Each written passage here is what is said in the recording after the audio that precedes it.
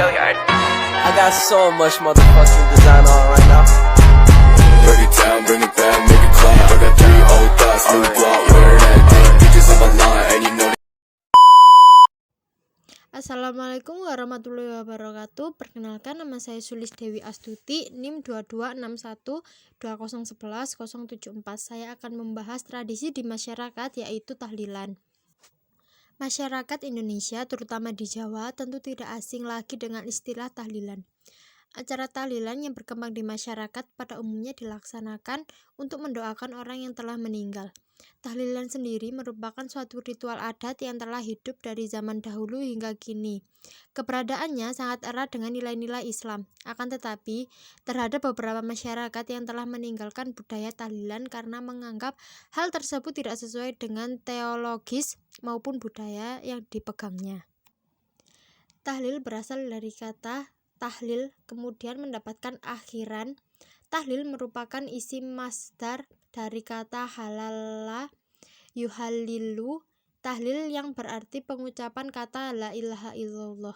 Akan tetapi, tahlilan tidak lagi hanya bermakna pengucapan kalimat la ilaha illallah, melainkan sebuah tradisi yang di dalamnya terdapat sekumpulan orang yang membacakan ayat-ayat Al-Quran, kalimat-kalimat thayyibah, serta doa untuk orang yang telah meninggal. Tahlilan tidak menjadi suatu kegiatan yang diwajibkan secara hukum, tetapi tahlilan telah menjadi suatu kearifan lokal. Sesuatu yang dinamakan kearifan lokal berarti sesuatu yang dianggap arif, bijaksana, atau benar oleh masyarakat lokal. Orang yang tidak melaksanakan tahlilan untuk memperingati kematian anggota keluarganya tidak akan mendapatkan hukuman secara pidana, tetapi akan mendapatkan gunjingan sosial dari masyarakat sekitar. Pada zaman yang telah maju seperti ini, rata-rata masyarakat masih berpendapat betapa pentingnya melakukan tahlilan. Selain untuk menghormati dan mendoakan orang yang telah meninggal, tahlilan juga seringkali dijadikan sebagai ajang silaturahmi antar warga atau antar keluarga. Tahlilan secara umum dilakukan pada 7 hari pertama, 40 hari, dan 100 hari setelah kematian. Hal itu akan selaras jika dihubungkan dengan wujud kebudayaan yang berupa kompleks aktivitas atau tindakan berpola dari suatu masyarakat. Selain itu, orang-orang yang menghadiri tahlilan biasanya akan mendapatkan hidangan yang akrab dikenal dengan berkat atau buku Yasin sebagai peringatan hari ke-40 setelah seseorang meninggal. Berkat dan buku Yasin tersebut juga tergolong ke wujud kebudayaan, yaitu sebagai hasil karya buatan manusia. Keberadaan tahlilan berkaitan dengan sebuah tradisi. Dari fakta tersebut dapat dikaji melalui sejarah tentang awal mulanya muncul tradisi di Indonesia. Telah diketahui bahwa nenek moyang Indonesia terbagi menjadi dua, yaitu Proto dan Deutero Melayu. Nenek moyang Indonesia telah mengenal sistem kepercayaan sejak zaman Neolitikum.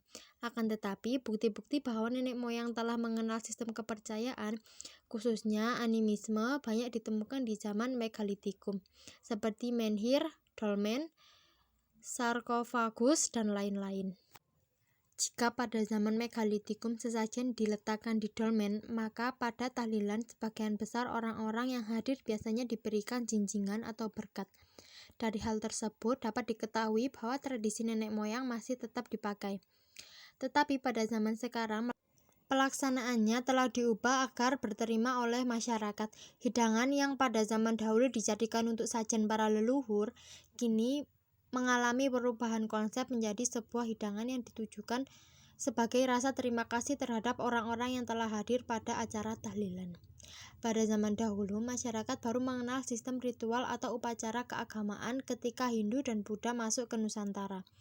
Maka dari itu, tahlilan pun awalnya berasal dari upacara peribadatan nenek moyang Indonesia yang beragama Hindu dan Buddha. Lalu bagaimana cara tahlilan menjadi sebuah budaya yang berbau Islam? Dinamika kehidupan masyarakat sangat dipengaruhi oleh dua hal, yaitu agama dan budaya lokal. Kedua hal tersebut bertindak saling memengaruhi. Agama yang tidak sesuai dengan budaya lokal akan sulit masuk atau diterima oleh masyarakat. Begitu juga dengan budaya lokal yang tidak sesuai dengan agama akan dianggap sebagai budaya sesat, bahkan ditolak oleh masyarakat. Seperti ketika di Nusantara berkuasa kerajaan-kerajaan Hindu dan Buddha, maka kebudayaan yang ada akan ikut berpengaruh. Begitu juga ketika kerajaan-kerajaan Islam berkuasa, maka kebudayaan yang awalnya terpengaruh Hindu dan Buddha akan berubah karena pengaruh Islam. Namun, tidak semua pengaruh Hindu dan Buddha hilang dari budaya Nusantara. Maka dari itu terdapat kebudayaan yang merupakan hasil akulturasi antara Hindu dan Buddha dengan Islam.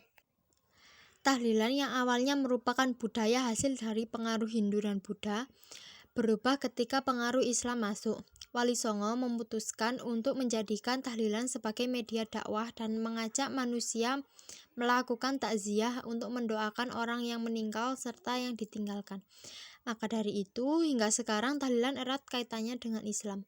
Hal itu dikarenakan upaya para wali dan setelah itu tidak ada lagi pengaruh agama yang kuat selain Islam yang mempengaruhi budaya di Nusantara. Bisa saja jika saat itu Hindu dan Buddha kembali bangkit dan kemungkinan tahlilan akan berubah menjadi budaya yang berkaitan erat dengan tata cara upacara Hindu dan Buddha. Indonesia dapat disebut sebagai negara dengan sejuta kebudayaan yang dimilikinya. Kebudayaan-kebudayaan tersebut sebagian besar lahir karena pengaruh pada zaman dahulu yang jauh dari nilai-nilai yang dianggap benar.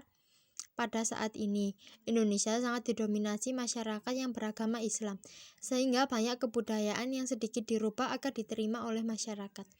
Hal yang berkaitan dengan sihir, mantra, atau sesajen pada sebuah kebudayaan sudah banyak dihilangkan agar tidak bertolak belakang dengan keyakinan masyarakat. Beberapa ulama atau ustadz yang tidak mengetahui sejarah tentang bagaimana Islam masuk di Indonesia, khususnya di Tanah Jawa, maka sebagian dari mereka menganggap budaya tahlilan adalah bid'ah. Padahal jika mereka mau menelusuri sejarah bahwa apa yang diajarkan oleh para wali-wali Allah Subhanahu wa Ta'ala zaman dahulu adalah bentuk ajaran Islam rahmatan lil alamin. Sekian, mungkin hanya itu yang bisa saya sampaikan. Kurang lebihnya mohon maaf. Assalamualaikum warahmatullahi wabarakatuh.